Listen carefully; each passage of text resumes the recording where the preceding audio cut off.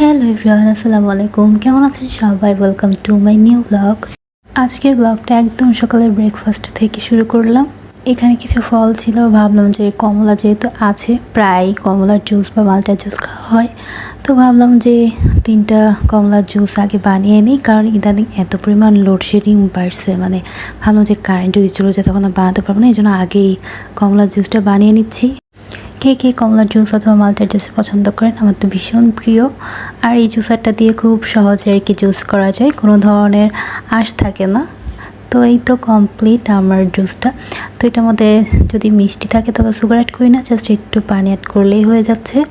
তারপরে ফ্রিজে রেখে দিলাম কিছুক্ষণের জন্য ঠান্ডা হওয়ার জন্য। এখন আমি বানাবো গোলা রুটি। এটা কে কে করেন বলেন তো? যখন বেলতে ইচ্ছা করে না রুটি, তখন কে কে এই ট্রিক্সটা ফলো করেন?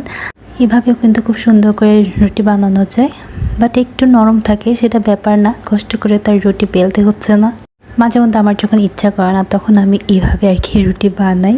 দেখতে কিন্তু একদম পরোটা বা রুটির মতোই হয়েছে, তাই না? কি বলেন?